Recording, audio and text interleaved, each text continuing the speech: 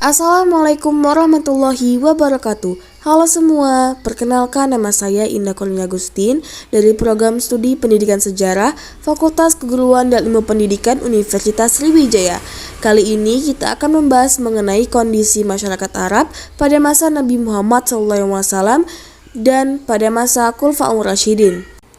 Islam merupakan agama baru dibanding dengan agama-agama kuno lainnya, seperti Nasrani atau Yahudi. Islam lahir pada masa jahiliyah bangsa Arab yang hampir tidak mempunyai peradaban sama sekali.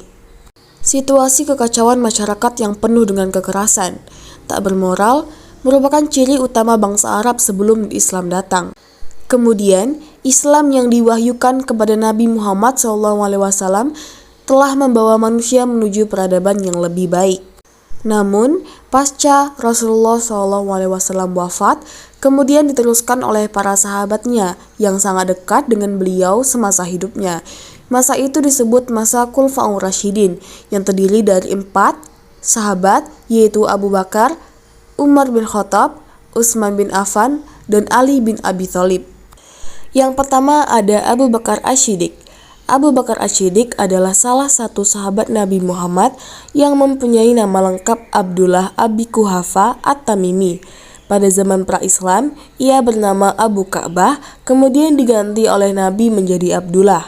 Beliau lahir pada tahun 573 Masehi. Dalam masa pemerintahan Abu Bakar Asy-Siddiq, cukup terbilang banyak menghadapi persoalan-persoalan di dalam negeri yang berasal dari kelompok murtad, nabi palsu, dan pembangkang zakat. Berdasarkan hasil musyawarah dengan para sahabat lainnya, ia memutuskan untuk memerangi kelompok murtad yang disebut dengan Perang Riddah atau Perang Melawan Kemurtadan.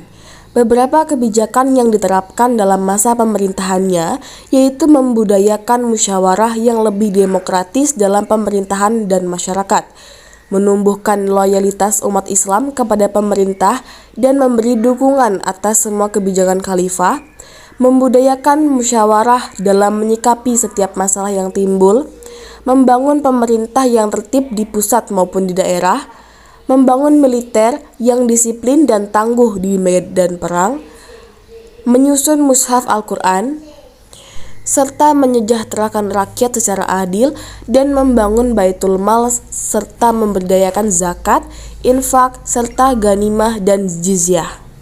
Yang kedua, Umar bin Khattab yang memiliki nama lengkap Umar bin Khattab bin Nufail, keturunan Abdul Uzza Al-Quraisy dari suku Adi. Umar dilahirkan di Mekah 4 tahun sebelum kelahiran Nabi Muhammad. Umar masuk Islam pada tahun kelima setelah kenabian dan menjadi salah satu sahabat terdekat Nabi, serta menjadi khalifah kedua setelah Abu Bakar Asy-Siddiq. Masa pemerintahan Umar bin Khattab berlangsung selama 10 tahun 6 bulan. Khalifah Umar bin Khattab dikenal sebagai pemimpin yang sangat disayangi oleh rakyatnya karena perhatian dan tanggung jawabnya yang luar biasa pada rakyatnya. Salah satu kebiasaannya adalah melakukan pengawasan langsung dan sendirian berkeliling kota mengawasi kehidupan rakyatnya dalam banyak hal. Umar bin Khattab dikenal sebagai tokoh yang sangat bijaksana, kreatif, bahkan jenius. Kekuasaan Umar tidak memberikan hak istimewa tertentu.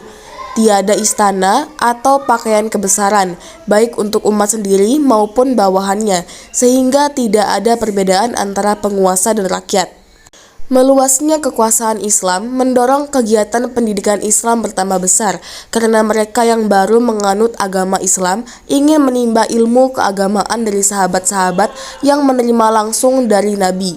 Dengan demikian, pelaksanaan pendidikan di masa Khalifah Umar bin Khattab lebih maju, sebab selama Umar memerintah, negara berada dalam keadaan yang stabil dan aman. Khalifah ketiga selanjutnya adalah Utsman bin Affan, yang bernama lengkap Utsman bin Affan bin Abil As bin Umayyah dari suku Quraisy. Ia memeluk Islam karena ajakan Abu Bakar dan menjadi salah satu sahabat Nabi yang sangat dekat.